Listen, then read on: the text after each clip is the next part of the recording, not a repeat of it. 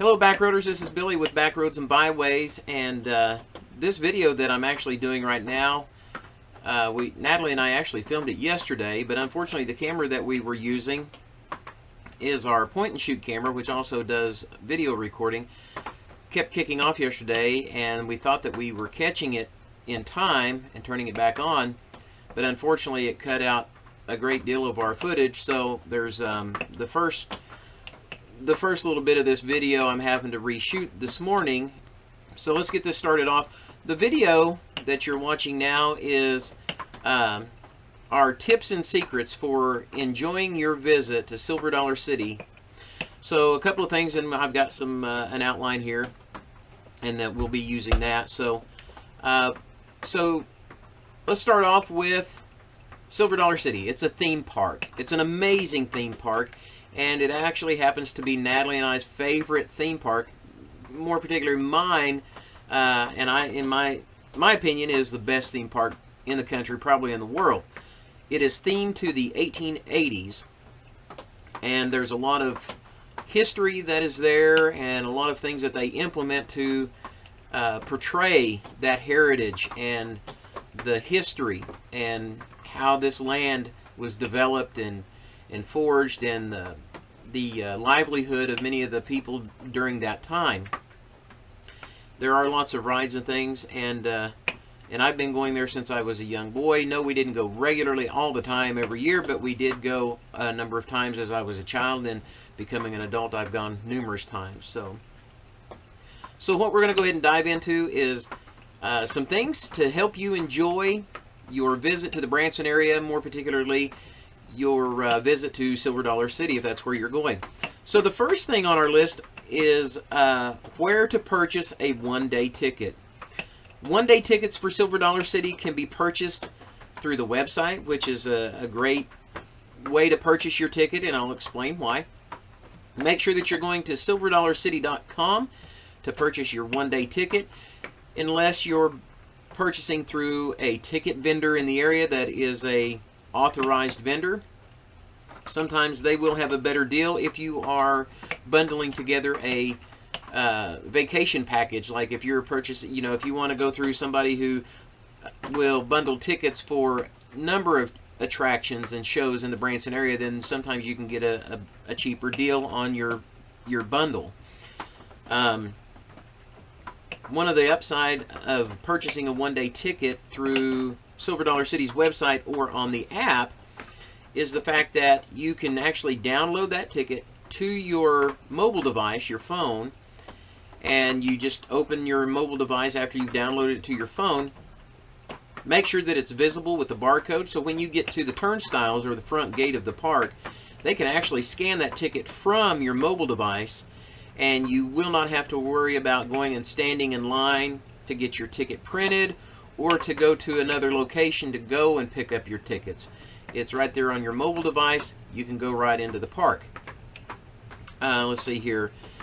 Sometimes you can purchase a two-day ticket, is what is called a two-day ticket, at some of the lodging in the Branson area. So before you go, just automatically assuming you're going to purchase a one-day or a two-day ticket through your lodging, call ahead of time to make sure that they offer SilverDollarCity tickets at their front desk. Also, during peak times of the season, they will offer what they call, basically what a lot of people call a grocery store ticket. Those are typically a Tuesday or a Thursday ticket. They're only valid on the days that it is advertised for. So if it's a Thursday ticket, it's only good on Thursdays during the period of time that that particular promotion is going on. So make sure that you check out the details on that information on SilverDollarCity's website at SilverDollarCity.com. It will have in there information on those tickets when they're being promoted and when they're being sold.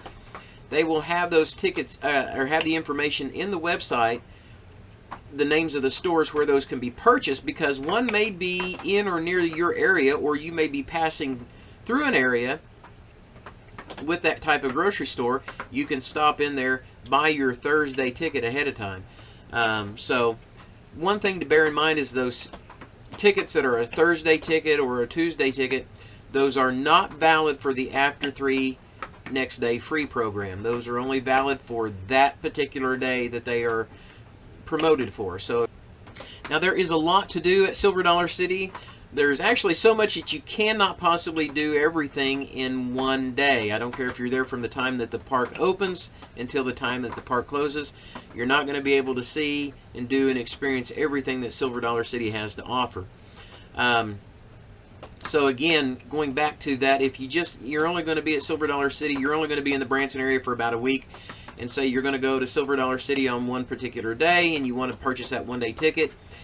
If you wait and go during the regular park hours, during the regular season, not when the park is open, extended hours. Now, check with the call center or on the website for those one-day tickets, regular one-day ticket, because it will tell you about the after 3 next day free. And in the past, when the park has been open for extended hours during like their summertime festivals and things, it becomes, I think it was after 6 or after 7, then the next day is free on that one-day ticket. So make sure you check out the details by checking the website or when you call into the call center at Silver Dollar City to purchase those one-day tickets and take advantage of that after 3 or after 7 next day free program, depending on when you go, what time of the season you go to the park. Another thing that is that you can do with the one-day ticket, if you plan to possibly go back to Silver Dollar City sometime later in the year for different festivals, they have a number of different awesome festivals that they do. So rather than doing the after 3 next day free program, on the day that you actually go into the park for the first time on that one-day ticket, stop by the upgrade booth or the stroller booth. It's right there just inside the turnstiles of the park. And stop by there and tell them that you want to upgrade your one-day ticket to a season pass. And in the past years, that's been an additional, what you pay for the ticket. But then the upgrade fee is before taxes $50 is what it's been in the past. And so for that, you would be able to get a season pass that would be good for the rest of that operating season. So that's an extremely great deal as well. So if that's something that you're interested in, definitely take advantage of that. There are signs throughout the entire theme park. It's mentioned on their website about upgrading your one-day ticket to a season pass and things like that. So if you do purchase a season pass, the best value is to purchase your season passes online. Now bear in mind, if you are purchasing more than, it's either 6 or 8 season passes in one package, you need to call into the Silver Dollar City reservations call center to make that purchase, because on the website it's going to limit the number of season passes that you can purchase in one bundle.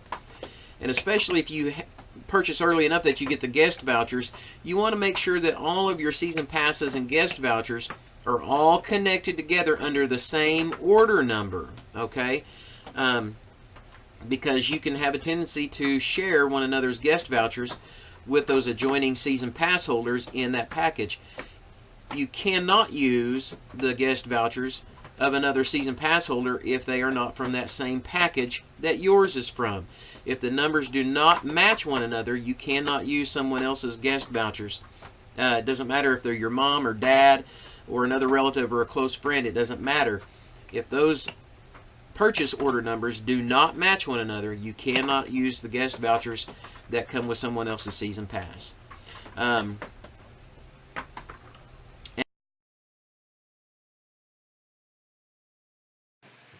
So with the season passes, depending on when you buy those, if you purchase them early enough, they will come with a set of guest vouchers. So guest vouchers are not upgradable to turn into a season pass or use for the after 3 next day free, because if they are a free entry guest voucher.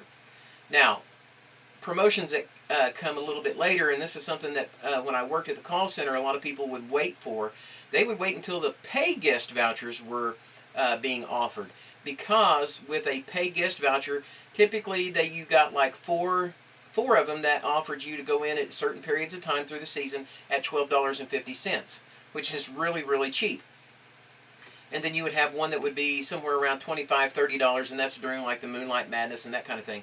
But those pay vouchers, you can do one of two things. You can either use that for the after 3 next day free, as long as the following day you want to use it is still valid on that voucher. Or on the first day entry in that voucher, if you'd rather upgrade that to a season pass, you can do that. Cool. Keep in mind that season tickets increase in price. You can start purchasing like your 2020 season tickets. You can start purchasing the end of 2019. Yeah, well, in November, okay, how it works is, so the 2020 season passes began being went on sale November 1st of 2019, and then through, I think it was through the end of December, that it closed out the first promotion. Then the second promotion, I think, started the 1st of January, but there's usually a little little leeway in there because sometimes a lot of people trying at the last minute to get those passes, and so they kind of allow that to overlap a little bit. And dates fluctuate. So on your guest vouchers, guest vouchers, but so the earlier you purchase your season ticket, the better deal you're going to get. Yeah, your season pass, And your vouchers are going to be the same way. So you're going to get, do you get more vouchers the earlier you purchase your ticket, or is it the same amount? Yeah, if you're doing the single park, which would be SilverDollarCity only, you're going to get 5 guest vouchers, usually in the first 2 promotions. So, and the promotions are listed on the website because it'll advertise the guest vouchers. It'll say what promotion it is, and it'll also, you'll be able to read on there what the dates of validity are for each of those guest vouchers you'll get in that bundle for each season pass. So, typically, you're doing the single park, you're only going to get 5 vouchers, and in the first promotion, they're going to be free entry vouchers. With the second promotion, I do believe it is with the second promotion, those then start becoming the pay vouchers. Now, this year, I'm not working for the company, so that may be a little bit different. Just make sure you verify that through their website or the call center when you call in. Sweet. Okay, so we have... you can purchase a 1-day ticket, or you can purchase a 2-day ticket. Now, 2-day tickets, or that after 3, next day free. Yeah, some places offer a 2-day ticket. Yeah, your places of lodging, some of those will offer a 2-day ticket. Basically, what they're doing is they're giving you 2 1-day tickets. Is essentially what they're doing, and they're calling it a 2-day ticket. You'll have some special ticket outlets in Branson. Make sure they're an authorized ticket dealer because they deal in tickets for other attractions in the area and other shows. And they will typically do a vacation bundle, and they'll do a package thing for you. And through some of those, they'll offer a 2-day ticket. Okay. And then we have season pass, which to me, the season pass is the best way to go. Absolutely. You go to SilverDollarCity 2 days, and your season pass has more than paid for itself. Oh, yeah. Something else that I just thought of about season passes that I didn't think about earlier, too, is when you purchase a season pass, there are different merchants and places inside the park that offer discounts on food and souvenirs and merchandise just for season pass holders. Yeah. Now, those discounts, some of them are 15% up to 25 or 30. It just depends. Yeah, it depends on what they are. One of the best things you can do, again, SilverDollarCity.com. Great website, full of information. Just take your time, navigate through there. It is filled with so much information and special deals. And also, any special offers that may be being offered by SilverDollarCity, like for military personnel, law enforcement, fire, EMS, and things like that they do every year. It's not offered all year long, but at different times where that person can get in for free, and they'll get either free or discounted tickets for X number of family members coming along with them. Those promotions are advertised on SilverDollarCity's website, and any details and other promotions, all in-house promotions that they offer are always going to be advertised on their website first and foremost before they're advertised anywhere else. Okay, cool. So the season pass, obviously we think the season pass is the best option to go. And I don't want to mention prices because next year those prices may change and this video will still be good. Yeah, exactly. So, but some people may think that a season pass is a lot of money to come up with at one time. And it can be. It really can. Especially if you have, like, it's just the 2 of us, but when we had 5 kids at home, a season ticket for me, you, and 5 kids is a lot of money. Yes. So I have a question. Moms like to be money saving and that kind of stuff. And so is there like a layaway plan? There is. Well, it's not called a layaway plan, but it is something along those lines. So you can do the flex pay is what they offer. The flex pay is typically only offered through purchase of season passes on the website. So don't call into the call center and say, hey, I want to order the flex pay season passes. because that allows you to do is it allows you to set it up on a payment plan. No, it's not at a payment plan that you decide. There is an additional fee that is added to that, which is not that much. I think it averages out to be like just the added fee for the courtesy of doing the payment plan averages out to be something like $5 per season pass or something like that. But when you set that up through their website and you choose the flex pay option and you select your season passes, it'll have the total amount. You'll pay a down payment, and then it will also let you know how much your monthly payment is for your package that you've got. Now, if you know, on the website, when you check the flex pay option, it will tell you what the payment is estimated to be per season pass, not your estimated payment. Oh, if I get season passes, right here it says the payments are only $8 and something a month. No, if that's what it says, that means that it's that much of a payment per season pass. So bear that in mind. Make sure that you're reading that information over good. But yes, there is that kind of a layaway option that is given. The cool thing about that is that your season passes do not have to be paid off in order for you to use them once the park opens up.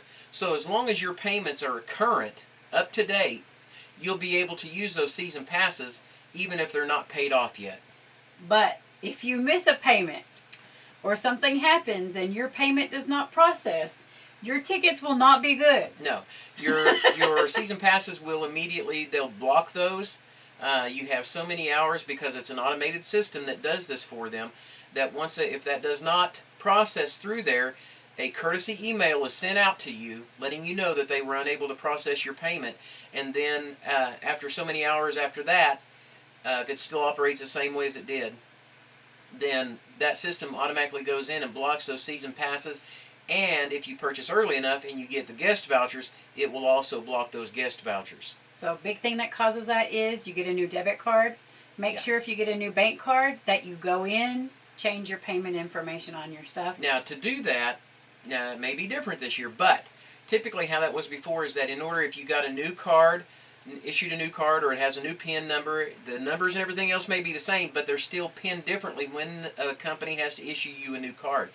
So you'll have to call into the call center, and they can go in and manually update that information for you and bring your payments up to date if that's, you want them to do that. So yeah, I like that option. Yes, it is a very good option. And you can actually start it like in November, and your tickets can be almost paid off before the season even starts. Yeah. So I like that. That's cool. Good way for Christmas presents. Definitely, and a lot of people will do that for the Christmas, Christmas presents. So SilverDollarCity.com website, always the best resource for all your ticketing and park information. Right? You've already said that. Yeah, definitely. Anything changes. It's even changed on the website before the employees know, because they want to make sure that the customers, not that the customers know before, but they want to make sure that the information is available before people start talking about it. Exactly. That's probably a good thing.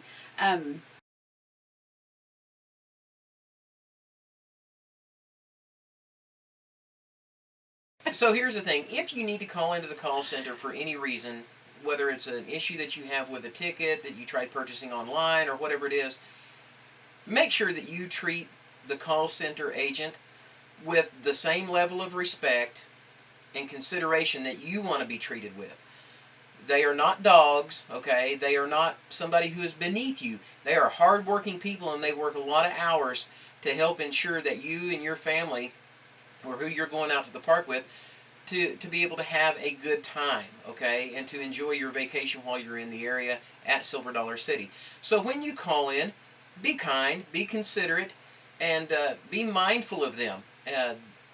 These people, like I said, they come in and they work very hard. They have families, and a lot of those people get laid off in the off season. So just be considerate and be mindful and be respectful of them. They're human beings, and they are deserving of respect as well. We kind of touched on the other one that we came up with, and that's third-party websites. Yeah. And in places is that, if you purchase a ticket from a third-party website or a third-party place, make sure that they're valid dealers, ticket representatives, or however you want to say that.